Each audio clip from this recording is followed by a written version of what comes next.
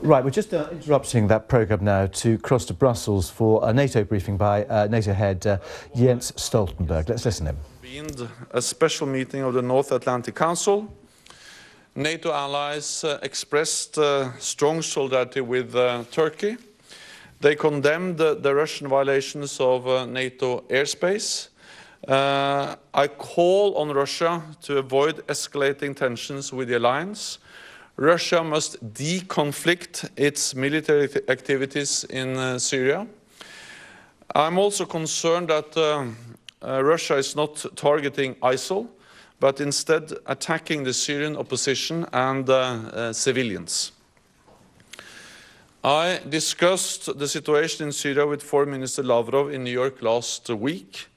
I urge Russia to play a constructive and cooperative role in the fight against ISIL and to strive for a negotiated political solution to the conflict in Syria. In Ukraine, the situation remains fragile, but there are also signs of progress. I welcome the renewed efforts made by the leaders of the Normandy format in Paris to fully implement the Minsk agreements. The understanding to postpone the elections planned by the separatists is a positive step. Any election must be held under Ukrainian law. And the ceasefire is holding, and it's also being strengthened. The parties have announced that they will pull back tanks and other weapons from the contact line. This creates hope and a momentum. What is important now is the full implementation of the Minsk agreements. Russia has a special responsibility because Russia continues to support the separatists and to destabilize eastern Ukraine. The increased insecurity makes it even more important that we reinforce our collective defense. Our defense ministers meeting will take 3 steps forward in this regard. First, to endorse the military concept for the enhanced NATO response force. This includes its land, sea and air components and the command and control arrangements. This will complete the changes that will double the size of the NATO response force to 40,000 troops and will make this force stronger and more capable. Second, I expect ministers to give the green light to stand up 2 new force integration units. Small headquarters, which will play a big role. One in Hungary and one in Slovakia. This will help bolster the defenses of our allies in Central and Eastern Europe. And third, we will look at our long-term adaptation. Ministers will also discuss the implications of Russia's military activity, including its nuclear activities and what it means for NATO. And we will look into how the alliance should further adapt to the growing challenges and threats from the south. Our enhanced NATO response force can already deploy to the south quickly. But we will consider other capabilities needed to deal with the threats we face from the south. It has been a year since I took up my post. We have made tremendous progress in putting our readiness action plan into place. This is the biggest reinforcement of our collective defense since the end of the Cold War. All allies are making substantial contributions to strengthen our shared security.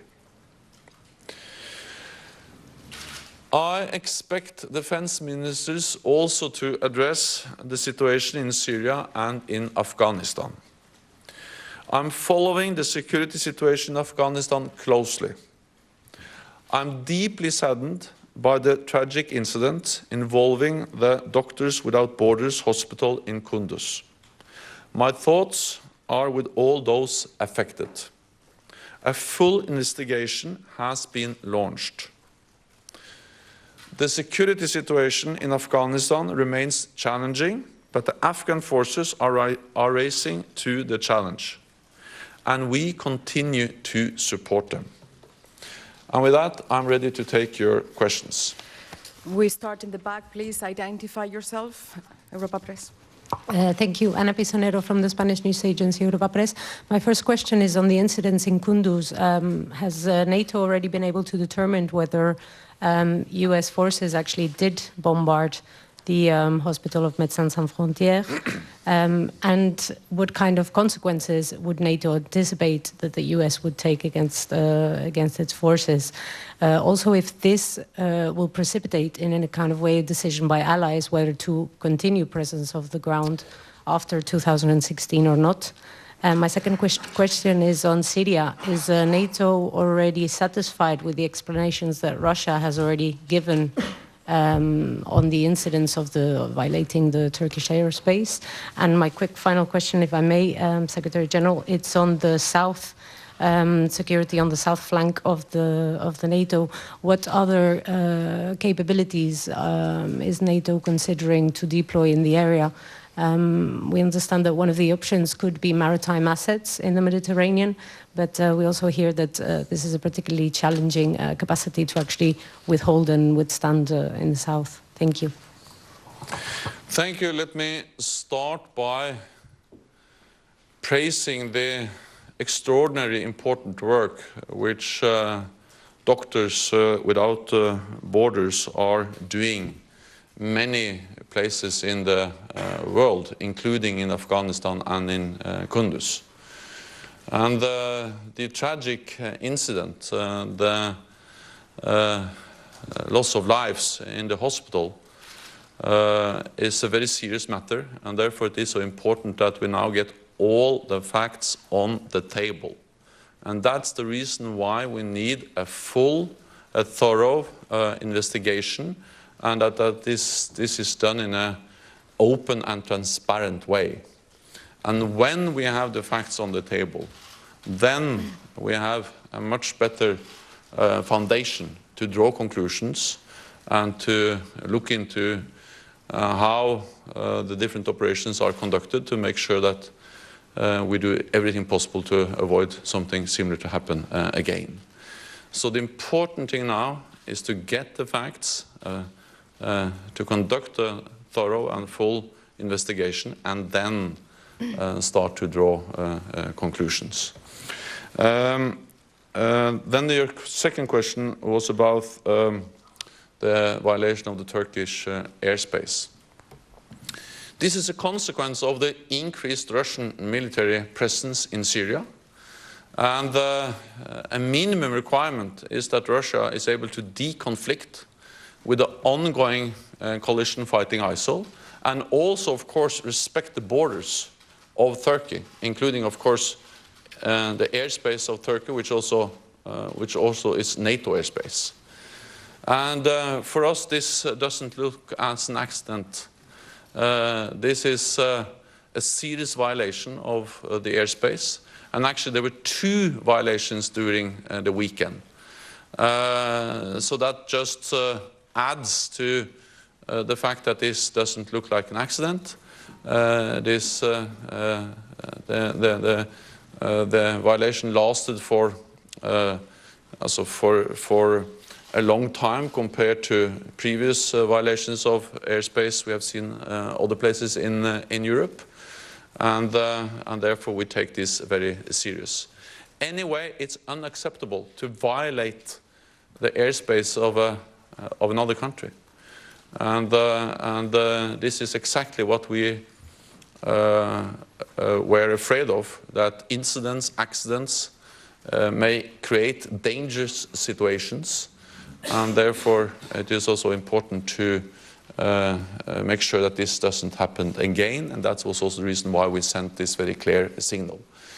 We have lines of military-to-military communication between NATO and Russia, and I think it will be natural that we use these lines also to communicate between the military authorities how serious we regard this violation of Turkish airspace. Let's the last question leave was that press on the conference out in south. Brussels with Jens Stoltenberg and just First pick up of on all- some of those lines with BBC's diplomatic correspondent Jonathan Marcus. Interesting, I mean, NATO doesn't consider this as an accident because some commentators thought perhaps this was maybe a young pilot who just sort of accidentally sort of crossed over into Syrian airspace. Well, the Russians, Turkish airspace. The Russians, of course, have said that these incidents were of very short duration. Certainly one of them that they've commented on in some detail. They also say that it was bad weather. And arguing that the pilot was making an approach to a particular airfield and strayed into Turkish airspace. Clearly NATO isn't impressed by that. The NATO Secretary General there reflecting the views certainly of American officials as well, who said they don't believe these were accidental. And I think, you know, the problem is that for all the opposition that NATO has to what Russia is doing in Syria, clearly there is an added practical concern here. The Turks already last year shot down a Syrian jet that strayed into their airspace. Remember also a Turkish jet was shot down in rather unclear circumstances as well. Earlier this year, what we believe was a Syrian helicopter was shot down as well. So you can see the potential difficulties. I mean, the Turks strenuously and rigorously guard their airspace. They put up 2 F-16 jets to see off whoever was coming over at the weekend on Saturday and Sunday. But there is that danger of a misunderstanding or what have you that could lead to a very serious episode indeed. And also Jens Stoltenberg making it very clear that he thought that the Russians were targeting other groups outside ISIL, Islamic State, or Daesh as it's called. Indeed. I mean, we've had now 4 or 5 days of the Russian air campaign at quite a reasonably high tempo. There's been an awful lot of imagery. We've seen the sort of bomb loads that are being put onto the aircraft. We've got a pretty good idea of the range of targets that they're hitting. And yes, they are hitting some Islamic State targets, but of course of much greater concern to the West is that they are hitting really a number of groups who are opposed to President Assad. The Russians have kind of told us half the truth. I mean, they've made it very clear on the one hand that they're there to prop up Mr. Assad, but they of course have insisted that they're only going to be attacking Islamic State. Well, that just doesn't seem to be true. And also I think there is another concern, although you know we've seen with the terrible episode with the hospital in Afghanistan that all air campaigns can have accidents and problems. But there is a concern as well that most of the weapons we've seen being loaded onto Russian aircraft are not precision guided weapons. They're older dumb bombs, they're airburst fragmentation weapons.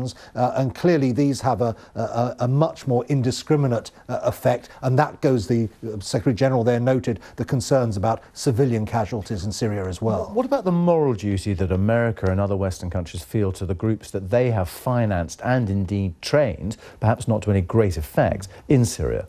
It's an interesting question, and it's one that's come up a number of times on Capitol Hill, this debate that if you are training people, putting them into the field, are you then actually going to be providing them, for example, with air support should they get into difficulties? Now, of course, up until now, the question was, supposing the Syrians come and attack them, might you intervene and do something? The Americans have been hazy, I think it's best to say about that. There's some implication that they would do something, but nothing very clear about the exact circumstances in which they would act. Well, you can clearly see that the situation is even more complicated if it's Russian jets that are doing the attacking of forces on the ground. And briefly, what are the suggestions that's coming from Russia that perhaps some of the volunteers involved in Ukraine, the rebel-occupied areas of eastern Ukraine, might decide to volunteer to go and help President Assad? I mean, that would be another huge complication in this, wouldn't it? Well, it would indeed. I mean, look, there are already Russian troops on the ground. There's a sizable contingent actually protecting this airfield.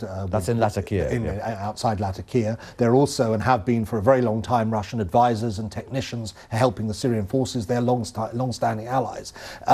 Clearly, if there were to be so-called volunteers, and of course this gets us into all of the ambiguities that we saw at the outset of the Crimea and Ukraine campaigns, that would be an additional complication. But remember, there are a lot of Iranian and Hezbollah troops who have also gone in and are fighting on the side of President Assad. All right, Jonathan Marcus, thank you very much for that. More to come in the next few minutes on that story and all the others. Bye-bye for now. I'm the leading state sponsor of terrorism.